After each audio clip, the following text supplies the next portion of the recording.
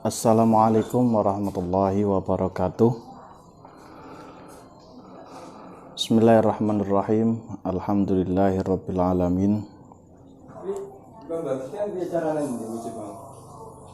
Wassalatu wassalamu ala asyrafil anbiya'i wal mursalin wa ala alihi wa sahbihi wa man tabi'ahum bi ihsanin ila yaumiddin. Hasantukum bil hayyil qayyumil ladzi la yamutu abada wa dafa'tu ankum as-su'a bi alfi la haula wala quwwata illa billahil aliyyil azim. Amma ba'du. Hadratul muhtaramin, para alim, para ulama, para sesepuh, bini sepuh, khususipun Rais Syuriah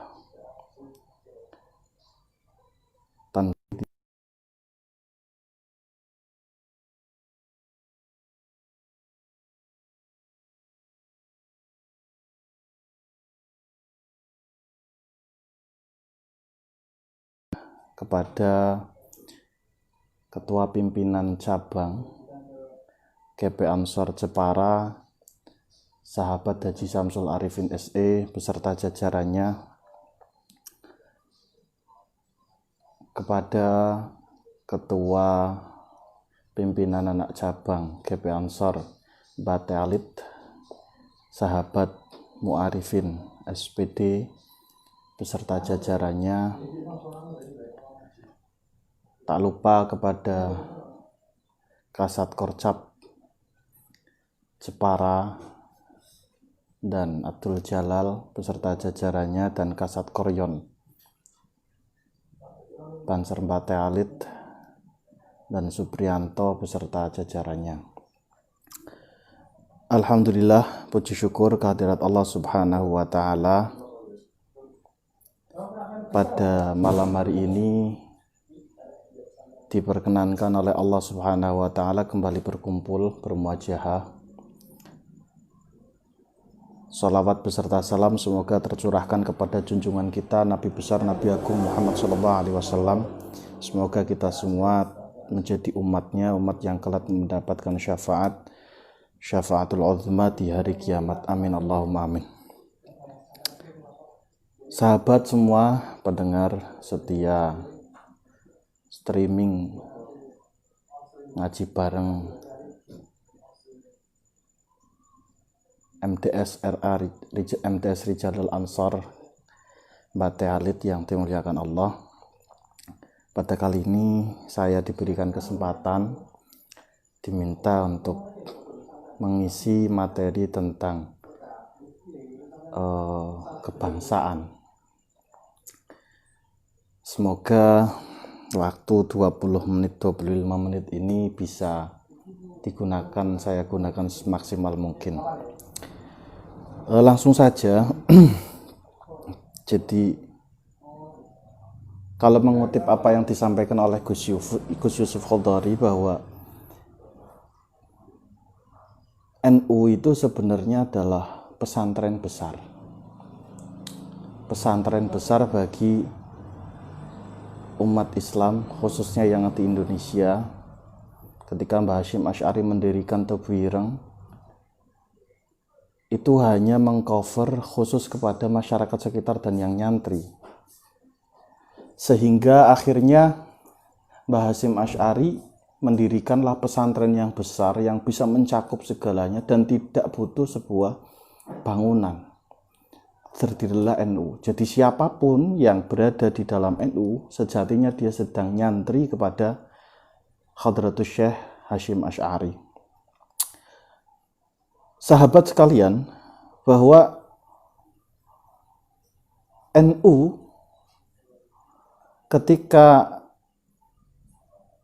memberikan sebuah pandangan keagamaan tentunya selalu berlandaskan hadis, tentunya Quran, hadis, ijma, qiyas, tidak mungkin keluar dari itu. Cuman kadang ketika seseorang itu kurang membaca, yang terjadi adalah seakan-akan NU tidak berpegang terhadap agama. yang paling urgent, yang paling penting biasanya dalam hal kebangsaan. Dalam hal kebangsaan. Sebagai contoh begini, saya membawa buku Fikih Kebangsaan, jilid ketiga, yang diterbitkan oleh tim Basul Masail Himasal, Himpunan Santri dan Alumni dan Santri Lirboyo. Di mana di sini perlu adanya sebuah pemahaman tentang yang namanya Darul Islam dan Daulah Islamiyah. Jadi kalau saya ketika melihat kitab, keterangan kiai atau ulama terdahulu, itu kan melihat sebuah konsep negara Islam ataupun khilafah itu bagaimana. Sehingga di kitab-kitab seperti Ahkamus Sultaniyah karangannya Al-Mawardi dan kitab-kitab fikih lainnya, itu konsepnya adalah Darul Islam adalah seperti ini. Tetapi yang perlu dipahami bahwa pendirian Indonesia itu bukan ditaklukkan melalui perang. Pendirian Indonesia pendirian Indonesia ditaklukkan melalui perang ataupun resolusi jihad yang dilakukan oleh Mbah Hasyim Asy'ari dan perang melawan Belanda, Jepang, itu yang melakukan bukan cuma umat Islam. Andil yang ada di dalamnya adalah bukan cuma orang Islam. Sehingga ketika Nabi Muhammad SAW mendirikan sebuah negara Islam di Madinah, itu beda ketika konteks yang ada Indonesia berdiri. Ketika Indonesia berdiri, yang terjadi adalah semua agama bersatu padu untuk melawan penjajah. Sehingga status negara Islam itu sendiri akhirnya berbeda dengan kebanyakan orang, dengan kebanyakan negara yang lain. Maka perlakuan yang ada kalau kita baca kitab-kitab yang lain, ketika kitab-kitab fikih kita akan menemukan status kafir itu adalah seperti apa? Kafir harbi, kafir dhimmi, kafir mu'ahad dan lain sebagainya. Kafir harbi, kafir yang memerangi, kafir mu'ahad dan kafir mu'aman, kafir dhimmi, kafir yang dilindungi. Tetapi konsep itu ketika diletakkan di Indonesia, bagaimana dia disebutkan kafir harbi atau kafir dhimmi, sedangkan dia ikut berjuang di dalam merebut kemerdekaan Indonesia. Dia ikut andil kok. Beda dengan ketika Islam didirikan, khilafah didirikan, semua orang Islam, hanya orang Islam yang membuat. Tetapi ketika Indonesia semuanya terjadi, maka di sini perlu perumusan ulang bagaimana menyikapi Indonesia itu pertama yang mendirikan siapa. Sehingga akhirnya muncullah ketika Soekarno dijadikan sebagai pemerintah, akhirnya para ulama itu nggak ada sebutan presiden itu di dalam fikih itu nggak ada. Kenapa? Karena posisinya adalah kalau di kitab-kitab fikih namanya imamatul uzma, pemimpin ataupun khalifah, itu syaratnya macam-macam. Dan itu tidak terpenuhi di Indonesia. Akhirnya muncullah istilah yang digunakan waliul amri ad-daruri bisyaukah. Jadi sebuah pemimpin darurat yang punya kekuasaan. Statusnya berbeda antara negara Indonesia pendiriannya dengan negara Islam yang lain. Itu satu poin. Sehingga akhirnya ke depannya adalah efek yang terjadi akan berbeda. Efek yang terjadi itu akan berbeda. Nah, kalau ingin lebih panjang tentang pendirian negara dan statusnya bagaimana, kalian bisa membaca fikih kebangsaan. Ada jilid 3, itu mulai jilid 1, 2, dan 3. Selanjutnya, yang juga tidak kalah penting, semuanya sebenarnya penting, cuman dengan waktu yang singkat. Yang pertama bahwa sekarang banyak teman-teman, sahabat-sahabat NU, khususnya Ansor itu, yang sering dibully Semisal ketika Banser menjaga gereja, mengucapkan selamat Natal, seakan-akan kita tidak punya dalilnya. Ironis. Bahkan di buku ini, jilid 1 itu ada fikih kebangsaan tentang bagaimana hukum menjaga gereja, bagaimana hukum mengucapkan selamat Natal, bagaimana hukum bahkan memilih pemimpin non-muslim. Ada dalilnya. Karena secara khusus Al-Quran tidak memberikan sebuah kewajiban ke hukum yang pasti, sehingga akhirnya terjadilah sebuah perbedaan pendapat. Sebenarnya NU sendiri tidak masalah dengan perbedaan pendapat. Buktinya NU dengan Muhammadiyah akur-akur saja dari dahulu. Kenapa? Karena saling menghargai pendapat. Maka akhirnya muncul seperti yang dikatakan oleh Gus Baha menyitir ketika pengikut Sayyidina Umar itu mengatakan bahwa saking hebatnya Sayyidina Umar, setiap Sayyidina Umar mengatakan sesuatu, itu biasanya Allah cocok dengan apa yang disampaikan Sayyidina Umar. Sehingga saking tepatnya prediksi omongan Sayyidina Umar sehingga cocok dengan yang dikehendaki Allah, yang kemudian wahyu turun, itu akhirnya pendukungnya saking fanatiknya mengatakan hadza ma ra'a Allahu wa ra'a Umar. Ini ini adalah pendapat Allah dan pendapat Umar. Ketika semisal Sayyidina Umar mengatakan A, maka pengikutnya akan mengatakan ini adalah yang pendapat Allah dan ini adalah pendapat Umar. Sayyidina Umar marah kan. Kata Sayyidina Umar, la taqulu hadza hukmullah wa hukmu Umar. Jangan kalian katakan bahwa ini adalah hukum Allah dan hukum Umar. Tapi qulu hukmu hadza hukmu Umar. Walakin qulu hadza hukmu Umar. In kana shawaban fa min Allah wa in kana khata'an fa min Umar.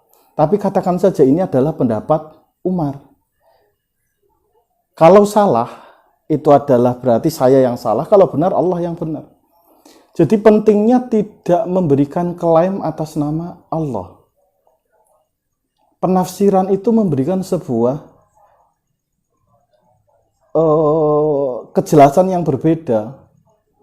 Sehingga tidak bisa kita mengklaim bahwa ini menurut Allah begini, menurut Rasulullah itu begini. Tidak. Sayyidina Umar sendiri marah.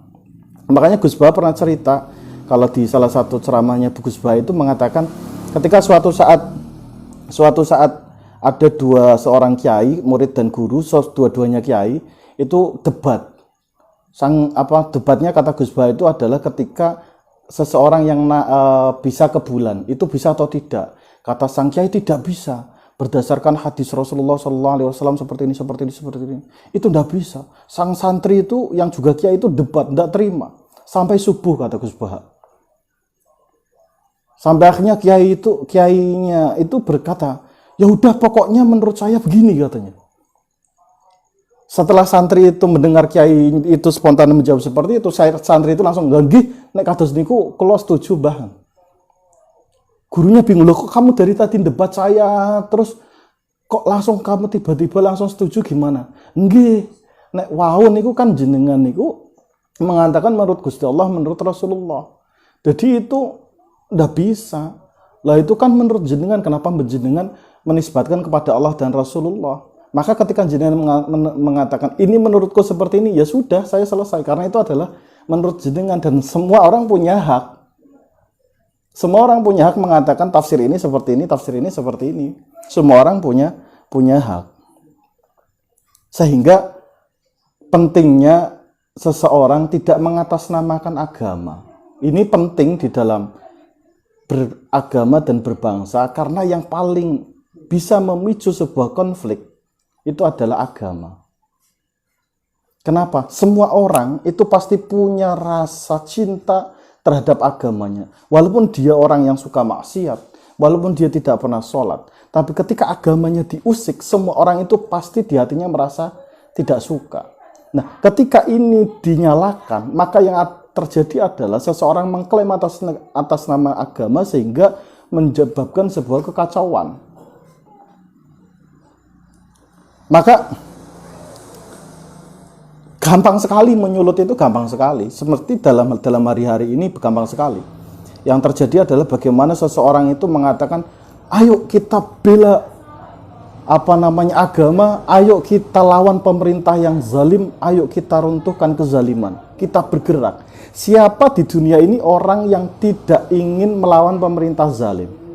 Siapa di dunia ini yang menginginkan pemerintah zalim?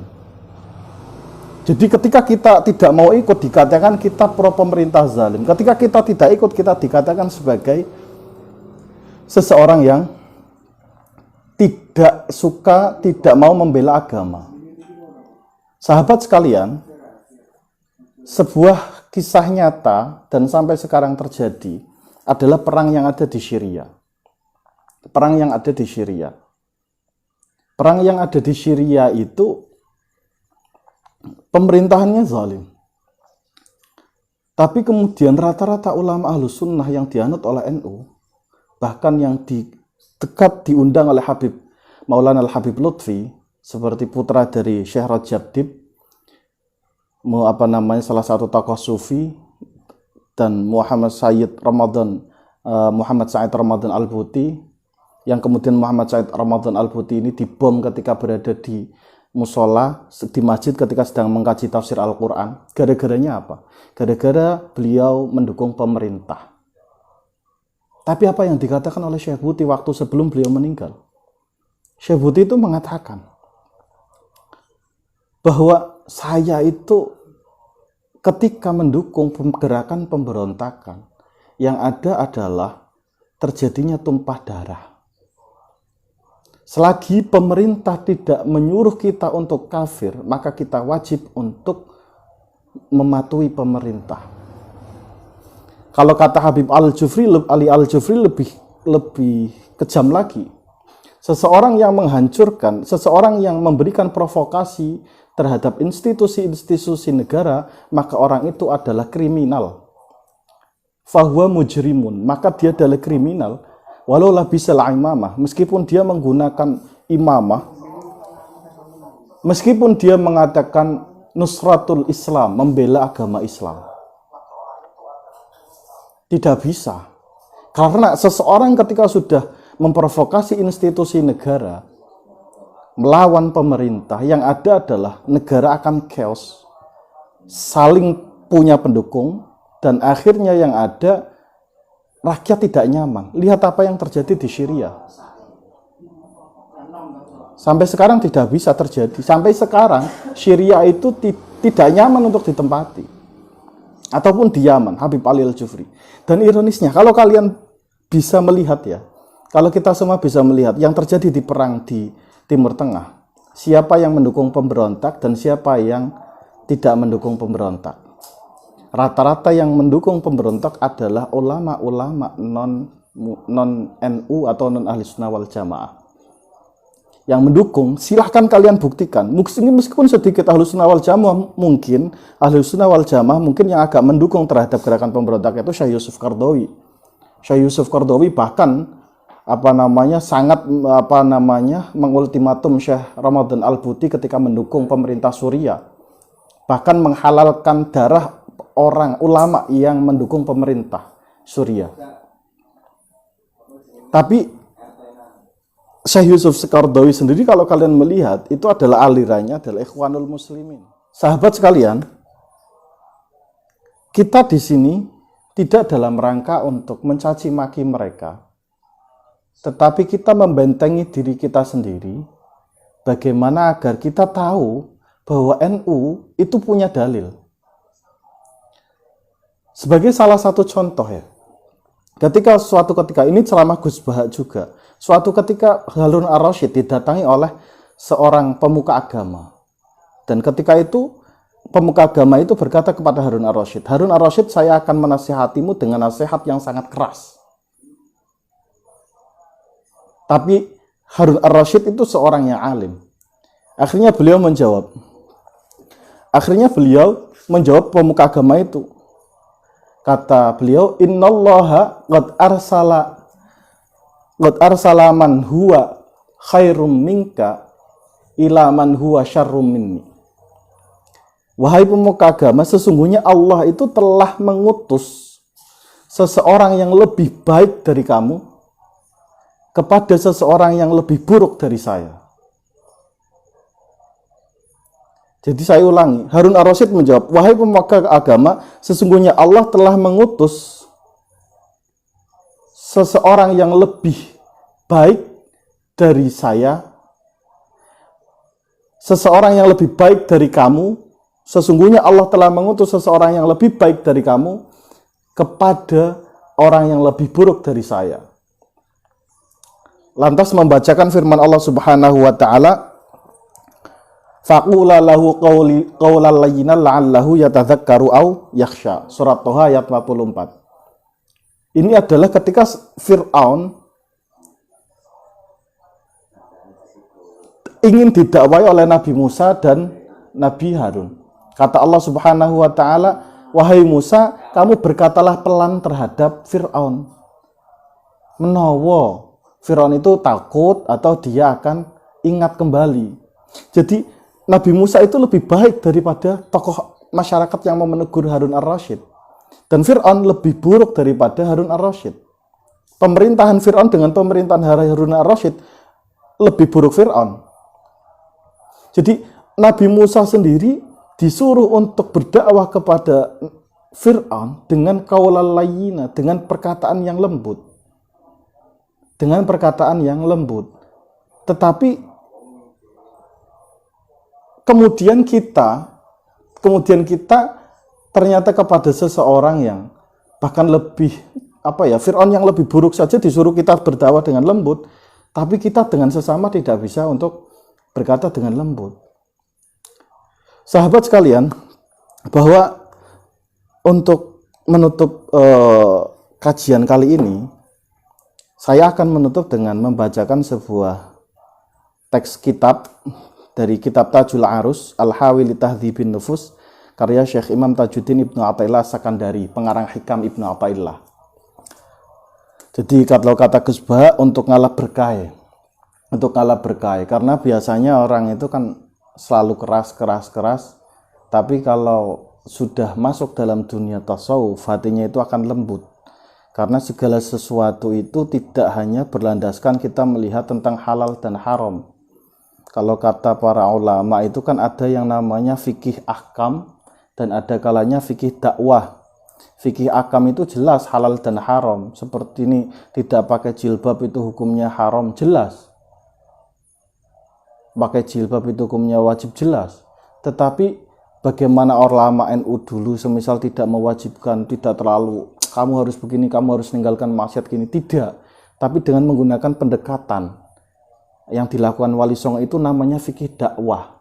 Bagaimana contoh yang dilakukan oleh Nabi Muhammad SAW ketika Al-Quran itu diturunkan kepada beliau tentang hukum khamr, hukum minuman keras.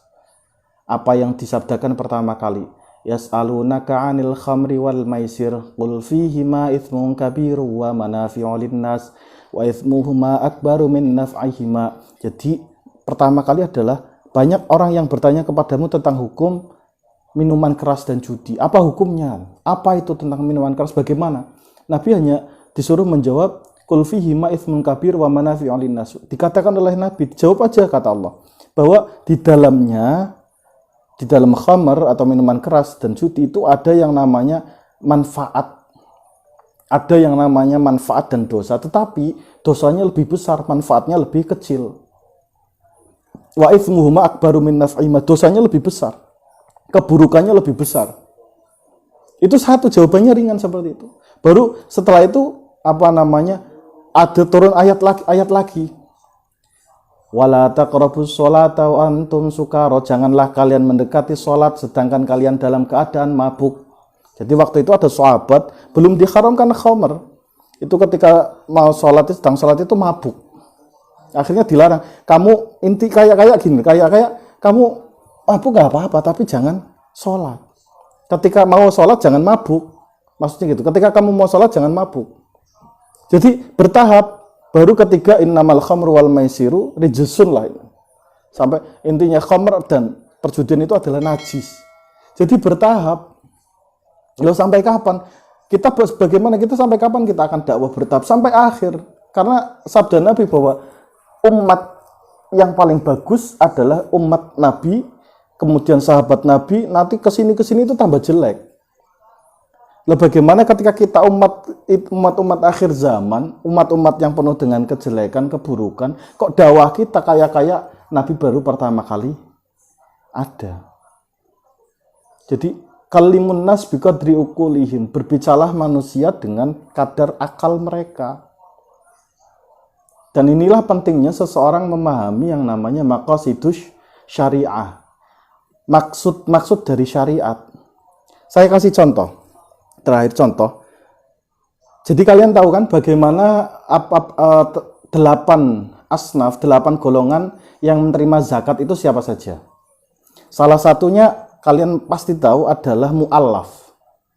Yang menerima zakat, golongan yang menerima zakat salah satunya adalah mu'allaf. Tapi pada zaman Sayyidina Umar, ketika seseorang mu'allaf meminta bagian, Sayyidina Umar, mana bagian saya? Saya berhak mendapatkan bagian zakat karena saya adalah mu'allaf. Oleh Sayyidina Umar tidak. Dulu adalah ketika Islam masih belum kuat sehingga kami butuh dukungan mu'allaf sehingga saya kasih bagian mu'allaf. Sehingga Rasulullah kasih bagian mu'allaf. Sekarang Islam sudah kuat, tidak butuh dengan mu'allaf. Sehingga Sayyidina Umar tidak memberikan bagian mu'allaf. Apakah Sayyidina Umar lantas mengatakan bahwa mu'allaf tidak menerima zakat sehingga Sayyidina Umar melawan Al-Quran? Tidak. Tetapi Sayyidina Umar memahami ruh dari Al-Quran, ruh dari ajaran Islam. Contoh lagi ketika Sayyidina Umar ketika kalian tahu kan hukum seseorang yang mencuri. Maka apa dalam Islam hukumannya apa? Potong tangan. Ya. Dalam Islam hukumannya adalah potong tangan ketika seseorang mencuri.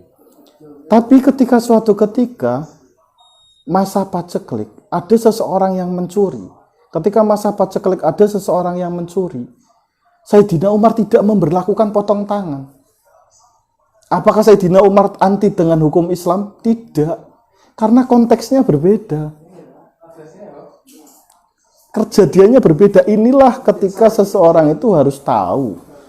Harus tahu bagaimana kejadian hukum itu turun. Maka seseorang yang ingin mengetahui tentang hukum itu harus tahu asbabun nuzul. Asbabun nuzul aja tidak bisa dikatakan sebab turunnya ayat. Apakah tanpa asbabun nuzul itu ayat tidak akan turun? Tidak bisa. Bahkan sebelum sebab itu ada, Al-Quran sudah ada. Akan jelimet kan? Maka kadang saya sendiri tertawa, lucu ketika di medsos, di internet, seseorang mengomentari kajian Gus Baha yang tidak profesional. Kalau mau diskusi itu yang profesional. Gus Baha seorang yang alim seperti itu, mau debat dengan yang alim. Dan sekarang orang yang baru bisa baca sedikit, dia bisa menggunakan HP, dia berani berkomentar. Itulah yang akhirnya terjadi, bagaimana seseorang itu tidak bisa memposisikan bagaimana syariat itu ada dan bagaimana untuk memahami syariat. Saya bacakan sebagai pengalap berkah. Waqtsaruma yadkhulu waqtsaruma lan utawi akeh-akeh perkara yadkhulu kang mlebu alal mukmini ing atase wong kang iman apa ad-dakhlu tipuan. Iku idza kana ing dalem nalikane ana ing dalem nalikane ana idza kana ing dalem nalikane ana sapa mukmin ana iku asian wong kang maksiat. Khabari aktsaruma iku fa imma ayyafdahuhu ana kalane meleh-melehaken sapa menungso ing mukmin wa imma ayyastahzi'u lan ana kalane ngeguyu sapa nas ing bihi kelawan mukmin. Fa idza fa'alu mongko ing dalem nalikane agawe sapa nas ing napa dzalika ing mengkono-mengkono ayyafdahuhu wa imma yastahzi'u faqat akhtau mongko teman-teman luput sapa nas at-tariqa ing dalan. Idza asolan ing dalem nalikane maksiat sapa mukminu wong kang iman faqat waqa mongko teman-teman tumiba sapa mukmin fi waratatin ing dalem kerusakan agung azimatin kang agung. Wa tariquhu tawi dalan ngentasaken asian iku antaf ala yen to agawe sapa sira ma'ahu sertane asian kama fa'al takaya oleh agawe sapa sira ma'a waladika sertane anak sira anda isyanihi ing dalem nalikane maksiate waladika. Tu'ridu mengo sapa sira anu saking waladika fi dzahiri ing dalem zahire wa takunu lan ana sapa sira lahu maring waladika iku rahiman wong kang welas fil batin ing dalem jerone. Wa tatlubu lan nyupri sapa sira lahu kedue waladika ad-du'a ing doa bil ghaibi kelawan tingkah gaib. Ini ada di halaman 11 kitab Tajul Arus. Ini adalah contoh, saya terangkan sedikit bahwa ketika seseorang kebanyakan orang iman itu terkena sebuah tipuan atau kesalahan dalam memahami ketika bersikap terhadap orang yang bermaksiat. Jadi ketika ada orang yang bermaksiat, kadang itu kebanyakan orang itu langsung menjelek-jelekannya, menertawakannya. Padahal sebenarnya tidak seperti itu. Watariku yang paling jalan ketika menghadapi orang yang bermaksiat itu seperti apa? Seperti kita melakukan terhadap anak kita kalau jenengan punya anak. Kalau jenengan punya anak-anak, jenengan berbuat kesalahan apa kan jenengan akan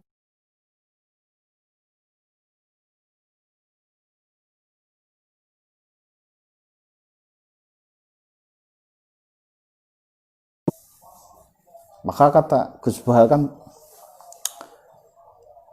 bagaimana kalau hukum kita berteman dengan orang yang fasik katanya. Ya nggak boleh. Kita berteman dengan orang fasik nggak boleh. Kamu berteman dengan orang yang minum-minuman keras apa nggak boleh katanya. Tapi kalau dibalik bagaimana? Bagaimana hukum membimbing orang-orang fasik? Bingung. Kamu jawab nggak boleh. Pasti boleh. Tapi bagaimana kita bisa membimbing kalau kita tidak berteman? Maka akhirnya yang terjadi adalah kita niati membimbing mereka, doakan mereka, bukan dengan memarahi mereka. Seburuk apapun mereka adalah ciptaan Allah.